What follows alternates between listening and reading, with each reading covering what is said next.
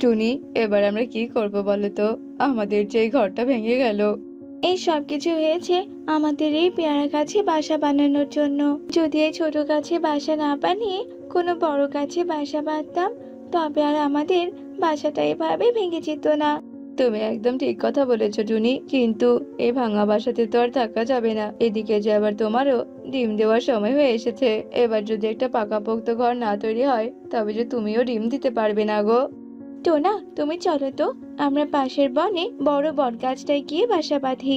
হ্যাঁ হ্যাঁ টুনি, তুমি একদম ঠিক কথাই বলেছো। চলো, আমরা তবে উড়ে যাই।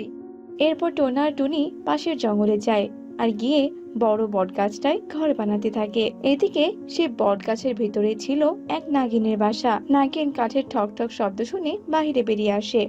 আমি কতদিন থেকে এখানে থাকছি, অথচ আজকে না এই দুই পাখি মিলে এই বটগাছটার উপরে ঘর বানাচ্ছে। ঠিক আছে, বানাক তবে ঘর। আমি যদি আমার কোনো সমস্যা দেখতে পাই, তবে এই দুটোকে আমি একদম জ্যান্ত গিলে খাবো। এসব কথা বলে নাগিন তার গুহায় ফিরে যায়। এদিকে টোনা আর টুনিরও বাসা বানানোর কাজ শেষ হয়ে যায় আর ওরা দুজনেই বাসার ভেতরে ঢুকে পড়ে।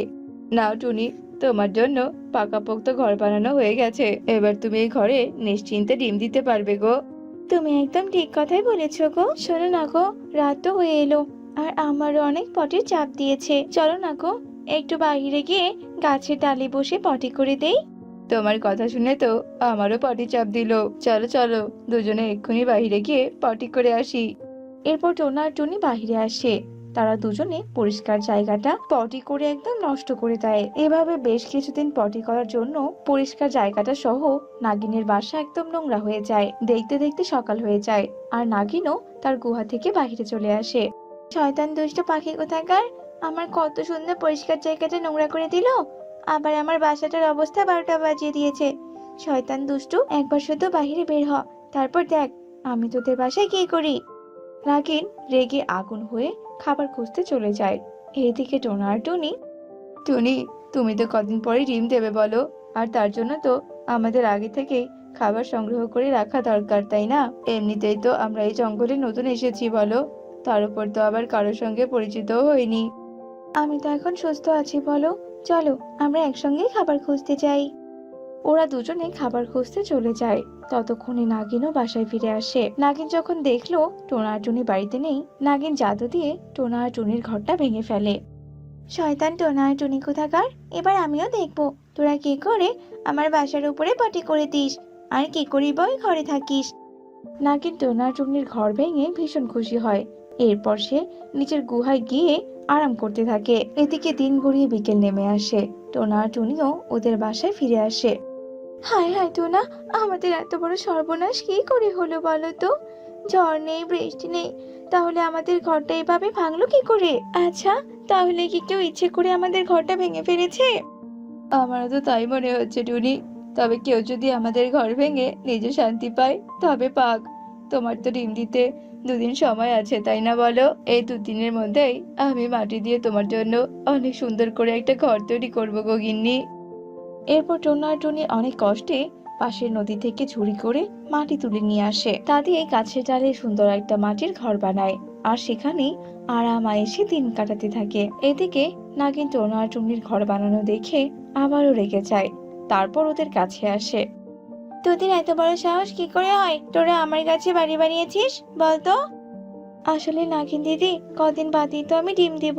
আমরা যে জঙ্গলে থাকতাম না, সেই জঙ্গলটা আমার জন্য একেবারেই নিরাপদ নয়, তাই তো আমরা এখানে এসে বাসা পেতেছি গো নাগিন দিদি। তোরা দুজন তো মিলেমিশে আমার গাছ আর গুহা দুটো একদম পটি করে ভাসাচ্ছিস, সেই দিকে কি লক্ষ্য করেছিস? কদিন বাদে তো তোরা ছানা পোনা সহ আমার কাছে পটি করে দিবি, তারপর আবার আমি যদি নিচে থাকি, তবে তো তোরা আমার মাথায়ও পটি করে দিবি। এ কদিন পটি করার জন্য আমরা অনেক দুঃখিত দিদি, কিন্তু এখন যদি তুমি আমাদের তাড়িয়ে দাও, তাহলে আমরা কোথায় যাব বলো তো? তুমি আমাদের কয়েকটা দিন সময় দাও, আমাদের ডিম থেকে ছানা ফুটে বের হলেই আমরা এখান থেকে চলে যাব। হ্যাঁ হ্যাঁ নাগিন দিদি, দয়া করে তুমি আর মানা করো না। আচ্ছা আচ্ছা, ঠিক আছে, তোরা যখন এত করে বলছিস, তবে আমি তোদের দুজনকে সময় দিচ্ছি। তবে হ্যাঁ, তোদের ছানা ফুটে বের হলেই এখান থেকে চলে যাবি। তোমাকে অনেক ধন্যবাদ গো নাগিন দিদি। এরপরে নাগিন সেখান থেকে চলে যায়। দেখতে দেখতে কেটে যায় বেশ কিছুদিন। ততদিনে টুনি দুটো ডিম দিয়েছে, আর তা থেকে দুটো মিষ্টি ছানাও বেরিয়েছে। দেখো টোনা, দেখো আমাদের কত সুন্দর ফুটফুটে ছানা বেরিয়েছে। হ্যাঁ গো, আমরা যে বাবা মা হতে পেরেছি এটা ভেবে আমার খুব আনন্দ হচ্ছে। আমি আমার ছানাদের অনেক বড় করে তুলবো টুনি। কিন্তু টোনা, আমি যে একটা বড় ভুল করে ফেলেছি। আমি যে নাগিন দিদিকে কথা দিয়েছি আমার ছানা ফুটে বের হলে ওদেরকে নিয়ে আমি অনেক দূরে চলে যাব। কিন্তু আমাদের ছানা তো এখন পর্যন্ত ঠিক মতো উঠতেই পারে না। ওদের নিয়ে আমরা কোথায় যাব বলো তো? নাগিন দিদির কাছ থেকে আমাদের আরো অনেক সময় চেয়ে নিতে হবে গো। তুমি একদম ঠিকই বলেছো গো। চলো আমরা দুজন নাগিন দিদির সঙ্গে দেখা করে আসি। টোনা আর টনি নাগিনের গুহার সামনে গিয়ে নাগিনকে ডাকতে থাকে। নাগিন দিদি, ও নাগিন দিদি, তুমি কি তোমার গুহায় আছো গো? নাগিন দিদি। টুনি, আমার মনে হচ্ছে কি নাগিন দিদি তার গুহায় নেই। এবার তো আমারও তাই মনে হচ্ছে টোনা। আমার মনে হচ্ছে কি নাগিন দিদি হয়তো নদীর পাড়ে গেছে। চলো আমরাও একটু নদীর পাড় থেকে ঘুরে আসি। টোনা আর টুনি নদীর পাড়ে চলে আসে, আর সেখানে গিয়ে তাদের চোখ তো একদম ছানা পোড়া হয়ে যায়। টোনা, টোনা, সর্বনাশ হয়ে গেছে। ওই সাপুরে তো নাগিন দিদিকে ধরে নিয়ে গেছে। যে করেই হোক আমাদের নাগিন দিদিকে বাঁচাতেই হবে। তুমি একদম ঠিক কথাই বলেছো টুনি। ওই তো সামনে একটা নৌকা দেখা যাচ্ছে, চলো আমরা ওটাতে করেই যাই। টোনা আর টুনি নৌকা নিয়ে সাপুরের কাছে চলে যায়। খবরদার, খবরদার দুষ্টু সাপুরে, তুই নাগিন দিদির শরীরে একটা হাতও দিবি না। এক্ষুনি ছেড়ে দাও, নাগিন দিদিকে ছেড়ে দাও বলছি। এই নাগিনীর কাছে যে নাগমণি আছে, ও যদি আমাকে ওই নাগমণিটা দিয়ে দেয় তাহলে আমি ওকে এক্ষুনি ছেড়ে দেব। তা না হলে আমি এই নাগিনকে কিছুতেই ছাড়বো না। আহ আহ আহ টোনা, আমার মনে হচ্ছে এই সাপুরে আমাদের ভালো কথায় নাগিন দিদিকে ছাড়বে না। চলো তো চলো, আমরা এবার আমাদের কেরামতিটা দেখিয়ে দিই। আহ আহ আমার চোখ যে চলে গেল, জ্বলে গেল। আহ সাপুরে এইভাবে চিৎকার চেঁচামেচি করতে থাকে, আর অন্যদিকে টোনা আর টুনি নাগিনকে নিয়ে তাদের বাড়িতে ফিরে আসে। আমি তোমাদের সাথে অনেক অন্যায় করেছি, তোমাদেরকে গৃহহীন করেছি, আর তোমরা কিনা আমাকে বাঁচালে। তোমাদেরকে অনেক ধন্যবাদ। আমি তোমাদের কাছে চিরঋণী হয়ে রইলাম। দয়া করে তুমি ওভাবে বলো না গো নাগিন দিদি। আসলে আমার ছানারা ঠিক মতো উঠতে পারে না তো, তাই তুমি যদি এখানে আমাদের আর কিছুদিন থাকতে দিতে তাহলে খুব ভালো হতো। শুধু আর কিছুদিন কেন, তোমরা চাইলে এখানে সারা জীবন থাকতে পারো। আসলে আমি বুঝতে পারিনি জীবনে প্রতিবেশীদের কতটা প্রয়োজন হয়। নাগিনের এমন কথায় সবাই অনেক খুশি হয়ে যায়, আর সবাই মিলিয়ে মিশে সুখে শান্তিতে বসবাস করতে থাকে। মধুপুর গ্রামের পাশে বড় একটা জঙ্গল ছিল। সেই জঙ্গলের পশু পাখিরা সেখানে জীবিকা নির্বাহ করে সুখেই দিন কাটাতো। সেই জঙ্গলে টুনি পাখি তার দুই ছানাকে নিয়ে অনেক কষ্টে দিন পার করত। টুনির স্বামী অনেক আগেই মারা গেছে, তাই টুনির অনেক কষ্টেই সন্তানদের বড় করতে হচ্ছে। মা, তোমার খুব কষ্ট হয় তাই না? তুমি তো সারাদিন কাকুলি মাসির বাড়িতে কাজ করো, আবার কাজ শেষে বাড়ি এসে বাড়ির সব কাজ করো। তুমি একা হাতে বাইরের কাজও সামলাচ্ছ, আবার ঘরের কাজও সামলাচ্ছ। তোমার তো অনেক কষ্ট হয় তাই না মা? না রে মা, আমি তোদের মুখের দিকে তাকিয়ে সব কিছু করতে পারি, আমার কোনো কষ্ট হয় না। তোদের বাবা চলে যাওয়ার পর আমাকেই তো সব সামলাতে হচ্ছে। মা, তুমি কষ্ট পেও না, সব ঠিক হয়ে যাবে। আমাদের কষ্ট দূর হয়ে যাবে মা। হ্যাঁ রে মা, আমি তো তোদের ঠিক মতো খাওয়াতেও পারি না, তোদের তো অনেক কষ্ট হয়, আমি বুঝি। একদিন দেখবি সব ঠিক হয়ে যাবে, তখন তোকে না খেয়ে থাকতে হবে না সোনা। তুমি পাশে থাকলে আমাদের আর কোনো কষ্ট হয় না মা। হয়েছে, তোদের আর পাকা পাকা কথা বলতে হবে না, আমার কাজে দেরি হয়ে যাচ্ছে। তোরা দুবোন বাড়িতেই থাক, আমি কাজে যাচ্ছি। এরপর টুনি কাজে চলে যায়। টুনি কাকুলি কাকের রেস্টুরেন্টে রাঁধুনির কাজ করত। টুনির হাতে রান্না অনেক মজার ছিল, তাই বনের সব পাখিরা কাকলির রেস্টুরেন্টেই খেতে আসতো আর টুনির রান্নার প্রশংসা করত। টুনি সারাদিন হাড় ভাঙা কাজ করলেও কাকলি তাকে ঠিকমতো বেতনটাও দিত না, উল্টো সারাদিন টুনির সাথে খারাপ ব্যবহার করত। বলি কি মহারানী, তোর এতক্ষণে কাজে আসার সময় হলো? দেরি করে এসেছিস বলে তোর মাইনে থেকে 500 টাকা কাটা। মালকিন, আমার বেতন থেকে টাকা কাটবেন না, এমনিতেও তো আপনি আমাকে কম বেতন দেন, যা দিয়ে আমার ছানাদের না খেয়েই থাকতে হয়, আবার আমার মাইনে কাটবেন? কি তুই আমার মুখের উপর কথা বলছিস? ভুলে যাস না আমি তোর মালকিন। চুপচাপ কাজে লেগে পড় যা। তারপর টুনি রান্না করতে চলে যায়। কাকলি টুনিকে নিয়ে অনেক কাজ করিয়ে নিত। কাজ শেষে টুনি বাড়ি যেতে চাইলে কাকলি বলতো, কি এত তাড়াতাড়ি তুই বাড়ি যাবি মানে? বাসনগুলো সব পরিষ্কার করে দিয়ে তারপরে বাড়িতে যাবি। মালকিন, আমার ছোট ছোট দুটো ছানা বাড়িতে একাই থাকে, ওরা তো না খেয়ে আছে, আমি এখন না গেলে ওরা অনেক ভয় পাবে, আর বাড়িতে তো কোনো খাবার নেই, ছানারা যে না খেয়ে আছে মালকিন। তোর ছানারা না খেয়ে থাকবে তাতে আমার কি? তুই এসব কাজ করে বাড়িতে ফিরবি কেমন? তারপর টুনি বাধ্য হয়ে সব কাজ করতে থাকে, আর এইদিকে ওর ছানারা বলে, দিদি, এই দিদি, মা কখন কাজ থেকে ফিরবে বলতো? আমার যে খুব খেতে পেয়েছে, ঘরে তো খাবার নেই, তাহলে কি খাবো আমরা? তুই কাঁদিস না রে বোন, মা এক্ষুনি ফিরবে, একটু অপেক্ষা কর। তারপর টুনি কাজ শেষে বাড়িতে ফিরে আসে আর ওর ছানাদের রান্না করে দেয়। এভাবে বেশ কিছুদিন কেটে যায়। একদিন টুনি রেস্টুরেন্টে কাজ করার সময় হঠাৎ করে অসুস্থ হয়ে যায়, তবুও কাকলি তার ছুটি দেয় না। তারপর রেস্টুরেন্টে কোকিল খেতে আসে, আর কোকিল টুনিকে দেখতে পায় আর হাসপাতালে নিয়ে যায়। তখন উল্লু পেঁচা ডাক্তার বলে,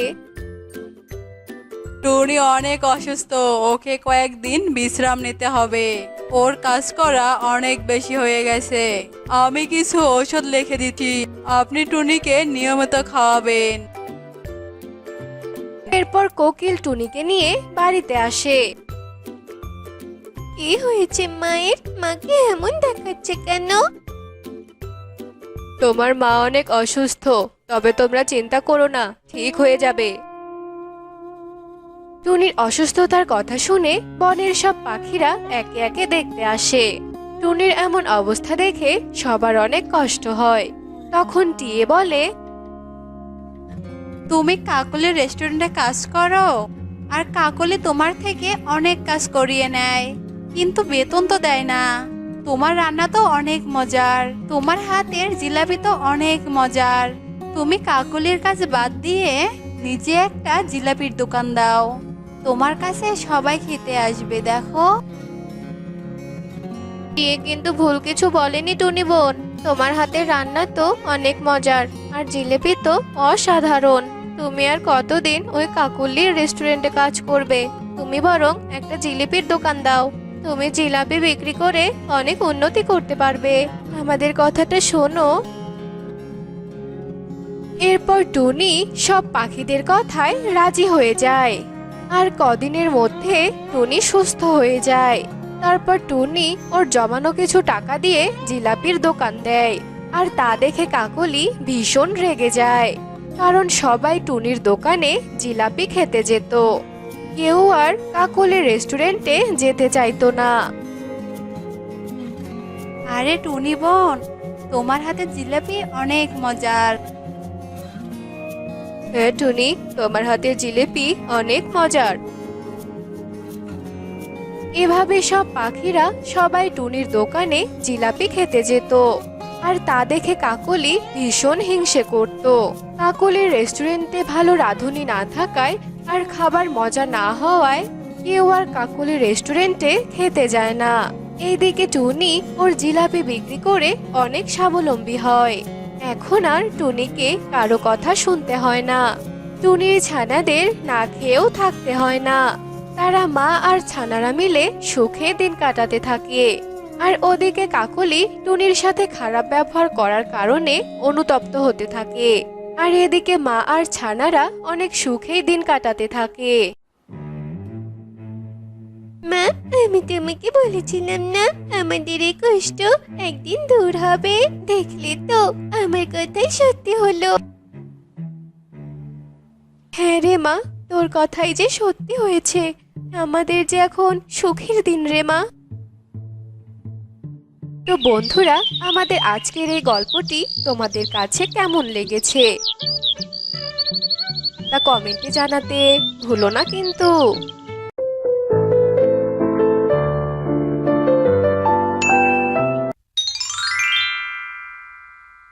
বৃন্দাবন জঙ্গলে মিনু টুনটুনি তার স্বামী রাজু টোনার সাথে বাস করত। রাজু টোনা ভেবেছিল উপরওয়ালা তাকে পুত্র সন্তান দেবে, কিন্তু তা না হয়ে তার দুটো পরপর কন্যা সন্তান হয়েছে। আর তা দেখে রাজু টোনা মিনু টুনটুনির ওপর ভীষণ রেগে যায়। অলক্ষী অপয়া, বিয়ের এতগুলো দিন হয়ে গেল, তুই এখনো আমাকে একটা পুত্র সন্তানের মুখ দেখাতে পারলি না। আমি তোকে আর একটা বার সুযোগ দেব। এবার যদি তুই আমাকে পুত্র সন্তান দিতে না পারিস, তাহলে আমি তোকে এ বাড়ি থেকে বের করে দেব। আর আমি আবার নতুন একটা বিয়ে করে আনবো। তারপর আমি পুত্র সন্তানের বাবা হব। বুঝতে পেরেছিস? দোহাই লাগে তোমার, তুমি এভাবে বলো না গো। সন্তান তো আর আমি নিজের হাতে তৈরি করতে পারি না, তাই না? উপরওয়ালাই তো দান করেন। তিনি যদি আমাকে পুত্র সন্তান না দেন, তাহলে আমি কোথায় পাবো বলো? একদম চুপ, তোর এসব কোনো কথাই আমি শুনতে চাইছি না। আমি যা বলেছি সেটাই আমার চূড়ান্ত সিদ্ধান্ত। এ বলে রাজু বাড়ি থেকে বেরিয়ে যায়। এদিকে মিনু হতাশায় ভুগতে থাকে। হে উপরওয়ালা, তুমি আমার উপর দয়া করো। দয়া করে আমাকে একটা পুত্র সন্তান দান করো, নয়তো আমার কপালে যে অনেক দুঃখ আছে। উপরওয়ালা, একটু দয়া করো। এসব বলতে থাকে আর মিনু ভীষণ কাঁদতে থাকে। কাঁদতে কাঁদতে মিনু বাইরে গিয়ে বসে থাকে। আর হঠাৎই এক সাধু বাবা এসে মিনুকে বলে, কিরে মা, কি হয়েছে তোর? তুই এভাবে বসে বসে কাঁদছিস কেন? সবকিছু খুলে বলতো আমাকে। এরপর মিনু সমস্ত ঘটনা সাধু বাবাকে খুলে বলে। সব শুনে সাধু বাবা বলে, তুই একটু বস তো এখানে, আমি একটু ধ্যান করে দেখি কি সমস্যা। এরপর মিনু সাধু বাবার সামনে বসে পড়ে। আর সাধু বাবা ধ্যান করে মিনুকে বলে, এ যে অনেক বড় জটিলতা রে মা। তুই তো এভাবে কখনো পুত্র সন্তানের মা হতে পারবি না। যদি তুই তোর দ্বিতীয় ডিম কোনো জলপরীকে খাওয়াতে পারিস, আর ওই জলপরীর পেট থেকে যেদিন ডিম ফুটে ছানা বের হবে, তুই সেদিনই পুত্র সন্তানের মা হতে পারবি। এবার বল, তুই কি করতে চাস? বাবা, আপনি বলুন, আমি জলপরীকে কোথায় পাবো? আমি আমার ডিম দেওয়ার পর সেই ডিম নিয়ে জলপরীকে দিয়ে আসবো। প্রত্যেক রাতের ঠিক মধ্যরাতে জলপরীরা জলের ওপর ভেসে আসে। তুই তখনই তোর কাজ সেরে নিতে পারবি। আচ্ছা ঠিক আছে বাবা, আপনাকে অনেক ধন্যবাদ বাবা। তারপর সাধু বাবা সেখান থেকে চলে যায়। আর মিনুও বাড়ি চলে আসে। কিন্তু মিনু সাধু বাবার কোনো কথাই রাজুকে বলে না। রাজু টোনাকে খাইয়ে তারপর কাজে পাঠিয়ে দেয়। এভাবে বেশ কয়েকদিন কেটে যায়। মিনু আবারও গর্ভবতী হয়। কিন্তু এবার মিনু রাজুকে তার গর্ভবতী হওয়ার খবরটা জানায় না। মিনু অসুস্থ থাকলেও রাজু টোনার সামনে সুস্থতার ভান করত। এরপর একদিন, মিনু, আমি দুদিনের জন্য বাইরে যাচ্ছি। তুমি এ দুদিন ছানাদের নিয়ে সাবধানে থেকো, কেমন? আচ্ছা ঠিক আছে গো, তুমি সাবধানে যাও। এরপর রাজু টোনা চলে যায়।